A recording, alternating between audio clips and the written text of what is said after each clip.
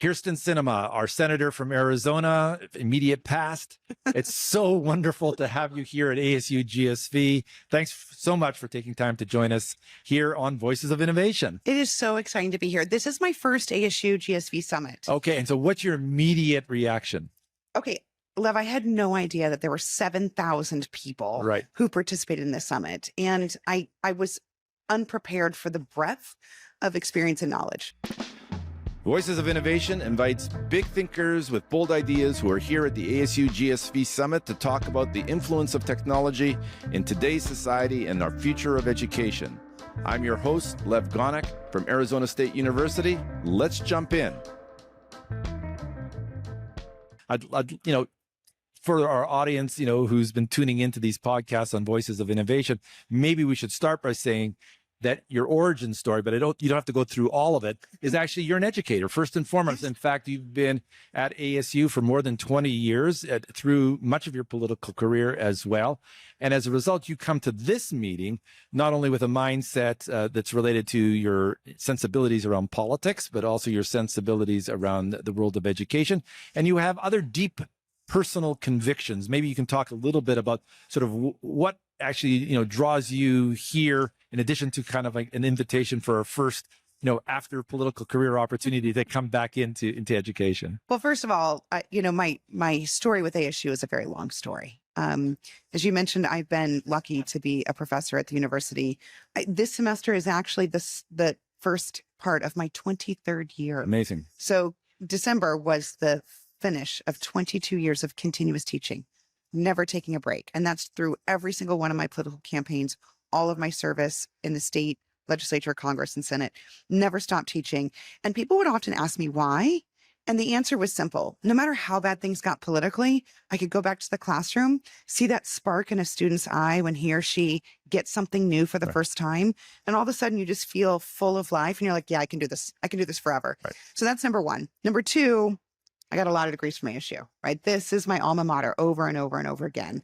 As a lifelong learner, it's really important to me to stay connected to an institution that believes in curiosity and the idea that you can learn something brand new and it'll eventually all connect back in with what you already know.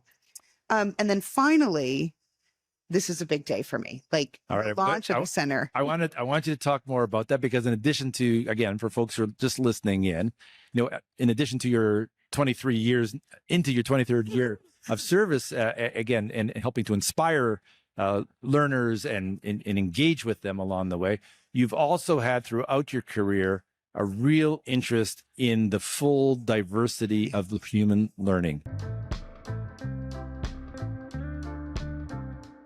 So today we announced, actually at the end of your exciting panel today, I was so excited to announce the launch of our center, the Spark Center for Innovation and Learning. And this center this is really personal for me. In my first career, I was a school social worker at a public elementary school in Sunny Slope, which is a community in Phoenix. Right. I worked with kids every single day who were curious and intelligent and excited about the world. And I watched a lot of kids fall through the cracks because our education system just wasn't designed and wasn't equipped with the tools to help kids with neurodivergent experiences learn in the way that worked for them. So hundreds and hundreds of kids over the years that I worked with who had ADHD, or kids who were autistic or on the spectrum, kids who were dyslexic. And it's about 30% of the population. I mean, this is not like a marginal, like 1% kind of challenge. This is, we in the education industry, we've left behind or made it really difficult for a lot of these learners that you were seeing as you were dealing with this as a school social worker. Didn't leave them behind because people don't care about them. In fact, every single one of us has a neurodivergent learner in our lives. Every one of us, at least one, if not many. You and I both know that because we talked about this before. Yeah. So when 1 in 5 kids in America are neurodivergent and we don't have a school system equipped with the tools to help them, I thought to myself, what are we leaving behind? Like, what about the Sam Altmans or the Brian Armstrongs or the Alex Wangs who aren't building these new companies that are changing our world because something happened along the way for them to not get what they needed? Right. So the idea And behind maybe just share just a little bit of those three, just as an example, because I think what I've heard you say before is they self-identify. Oh, yeah. So Sam Altman, who's a dear friend of mine, founder, CEO of OpenAI, Brian Armstrong, founder, owner of Coinbase, Alex Wang of Scale AI. These guys are young geniuses, just really changing our country and our world. All of them self-identify as autists, right? And they say, they all dropped out of school. They didn't find a system that worked for them. But these guys were lucky because they found communities where their ideas could turn into companies and ideas, and they're excelling.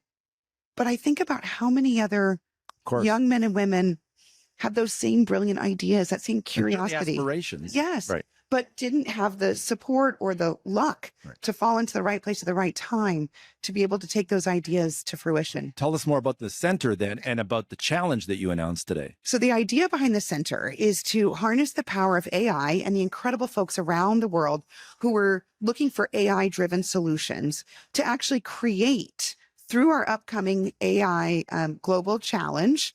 Our competition is going to launch next month.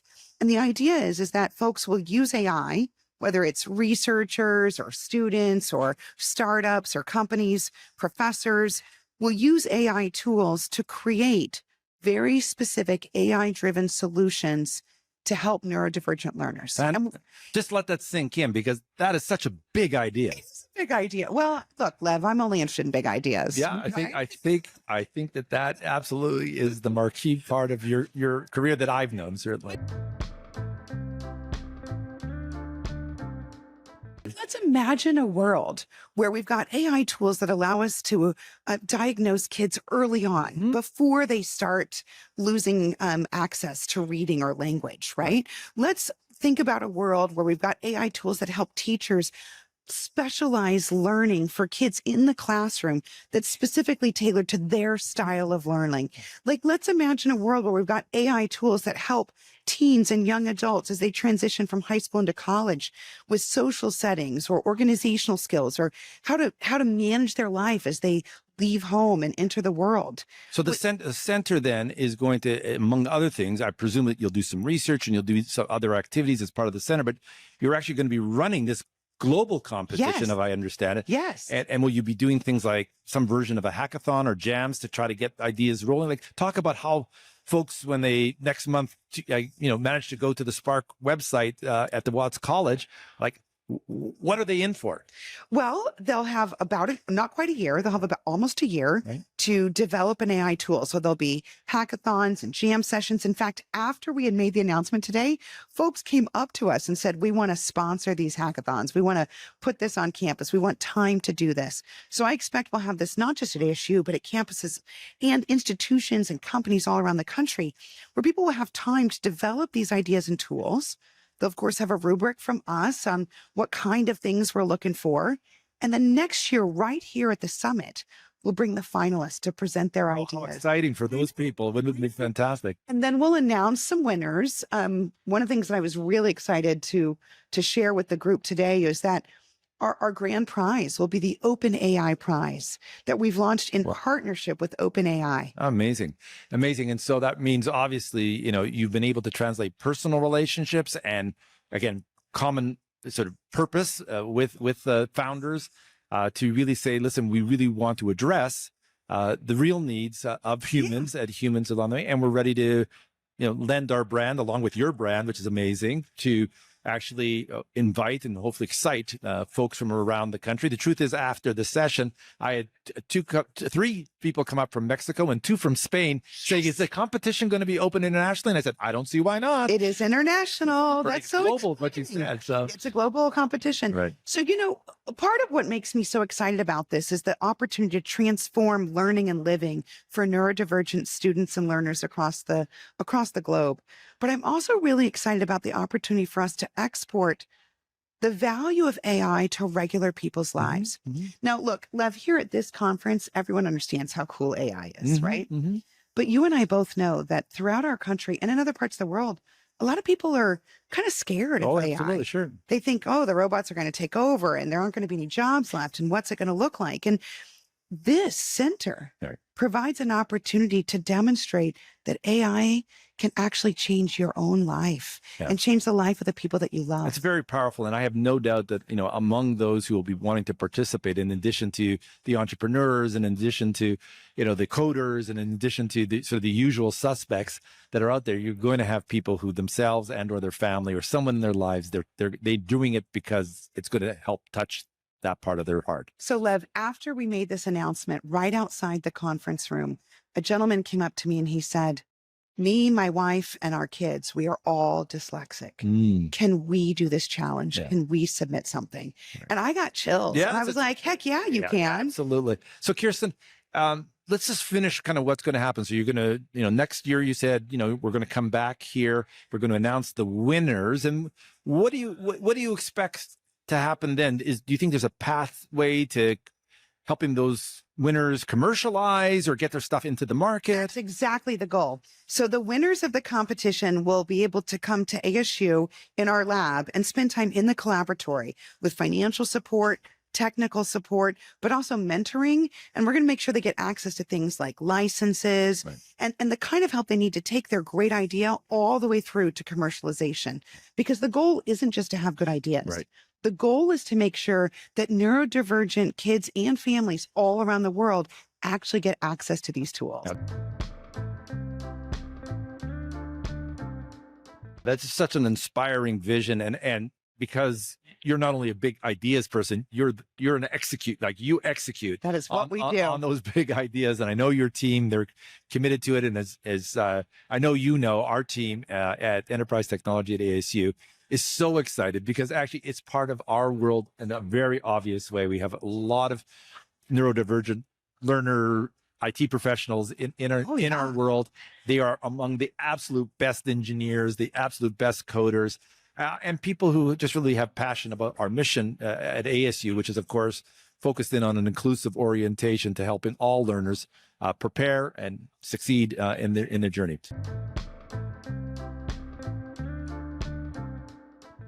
I got one more question for you because we're all but run out of time. You've almost already sort of answered it, but I'm consistent on Voices of Innovation because I ask everybody to look in the crystal ball. What do you see happening in the next year? You've already mentioned we're going to come back here. Do you see things that are just nascent right now, either in the technology world or in the way we understand neurodiversity, where you imagine that with the right alignment of the stars, the chemistry, and now that there's a center, that there will be an opportunity to actually measure that? Last year we were thinking about these 10 examples, but wow, here we are a year later. And we think that these 20 new ideas that we got, we wouldn't have even imagined. What's some of that path from, where we are today to where we will be next year when we get back together? So I love that question. So one of the reasons that I named the center the Spark Center is because we want it to be a spark, a spark place where ideas start and then catch fire. I anticipate that a year from now, not only will we hear from our finalists and announce our winners, but we will have expanded some of the ideas of what's possible at the center, because people who are hearing about this idea for the first time about the center, they have extra ideas. They interact with AI in a way that we hadn't even imagined, and they will come to us with ideas of kind of a plus factor. What else can happen? Where can we grow?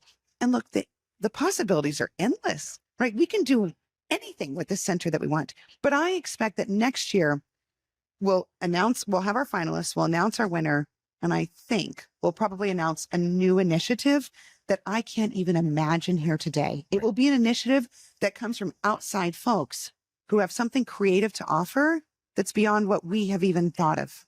And it can get nested inside the center because it's a Spark Center, which is terrific. Voices of Innovation. Senator Kyrsten Sinema, thanks so much for taking time. We're so thrilled that you've joined us here at ASU+GSV. Can't wait to be working alongside of you in your new initiative. I'm so excited, Levin. Thank you for all of your help and partnership. This is so exciting. Thank you, Kyrsten.